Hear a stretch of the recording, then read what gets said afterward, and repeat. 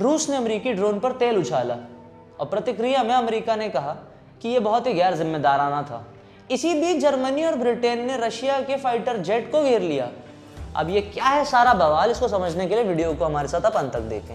मेरा नाम है आशीष गुप्ता और आप देखना शुरू कर चुके हैं खबर बेबाक।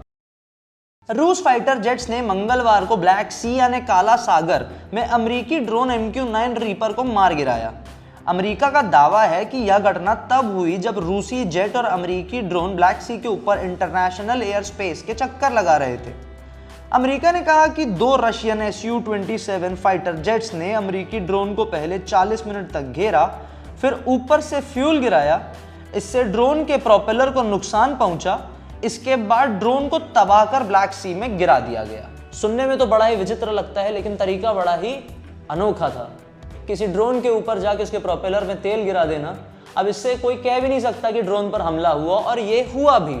रशिया ने सिंपली ये रिप्लाई में कह दिया अपने कि जो ड्रोन था वो करतब दिखाते हुए क्रैश हो गया, इसमें हमारी कोई भी जिम्मेदारी या गलती नहीं थी। इस घटना के बाद दोनों देशों के बीच टकराव की आशंका काफी बढ़ चुकी है। यूएस एयरफोर्स के जनरल जेम्स हैकर ने रूस की हरकत को बेहद गैर जिम्मेदाराना और भड़काऊ बताया। उधर रूस ने अमेरिका के आरोपों से इनकार किया। उसने कहा, हमारे फाइटर जेट किसी भी अमेरिकी ड्रोन के संपर्क में आए ही नहीं।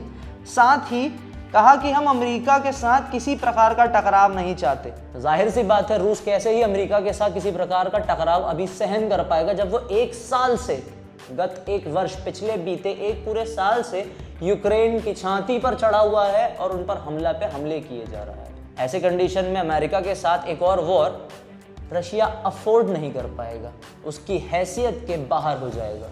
ब्लैक सी यूरोप और एशिया के बीच स्थित है। यह उत्तर दिशा में यूक्रेन, उत्तर पश्चिम में रूस, पूर्व में जॉर्जिया, दक्षिण में तुर्की, पश्चिम में बुल्गारिया और रोमानिया से घिरा हुआ है। रूस यूक्रेन युद्ध के चलते ब्लैक सी में पिछले कई महीनों से तनाव बना हुआ है। यहाँ रूसी और अमेरिकी विमान अक्सर उड़ते नजर आते हैं, लेकिन यह पहली बार हुआ है कि दोनों विमान आमने सामने आ गए। इसी के साथ अमेरिकी सैन्य अधिकारियों ने कहा, अनमैन्ड रीपर ड्रोन रूटीन गश्त पर था।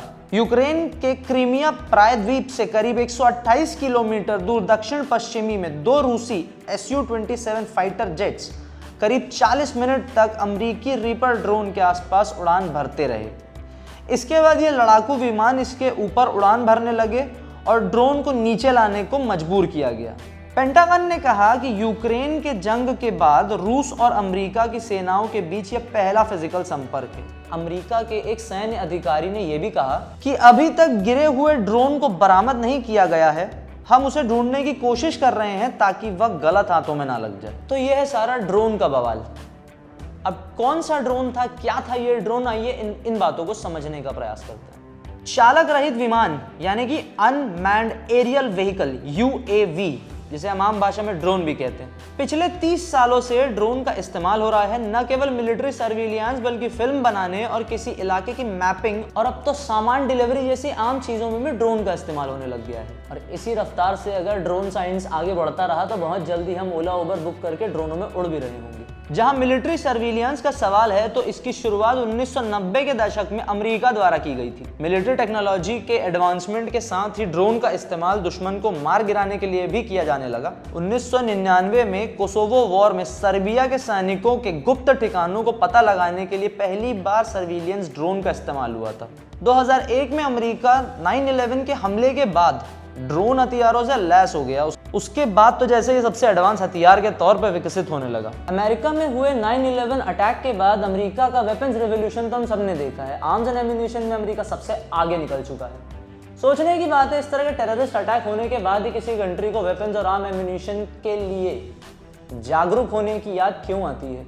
क्या ये बहुत बड़ा बिजनेस होता है, इसलिए लोगों की जानों को दांव पे लगाया जाता है, या ये सिर्फ एक नजरिया है सेल्फ डिफेंस का? आपके जैसे भी विचार हमें कमेंट सेक्शन में जरूर बताएं।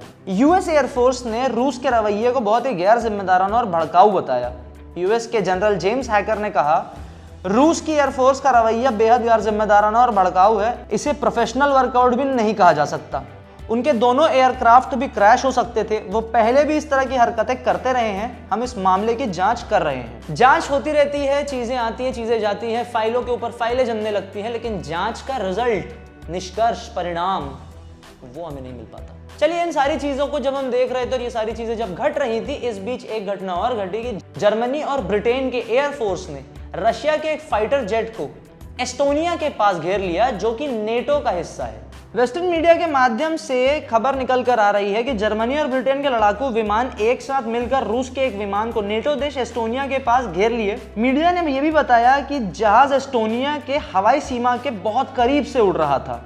अब जिस प्रकार रशिया ने कह दिया कि वो ड्रोन जो उनके सीमा पर आया था वो एक तरह से बेकाबू होकर गिर गया और अपने हिसाब से अपनी डिफेंस की कहानी बता दी गई, उसी प्रकार नेटो भी हो सकता है बताने की कोशिश कर रहा हो कि रशिया का एक एयरक्राफ्ट हमारे जोन में आ गया। अब जो भी है बातें, जो भी है कहानियां या जो भी इसकी आगे की अपडेट्स होंगी, हम आपके साथ शेयर करते रहेंगे। अगर आपको हमारा कार्यक्रम पसंद आया है तो इसे लाइक करें, अपने दोस्तों के साथ शेयर करें और न्यूज़ की लेटेस्ट अपडेट्स के साथ जुड़े रहने के लिए खबर विभाग को सब्सक्राइब करें।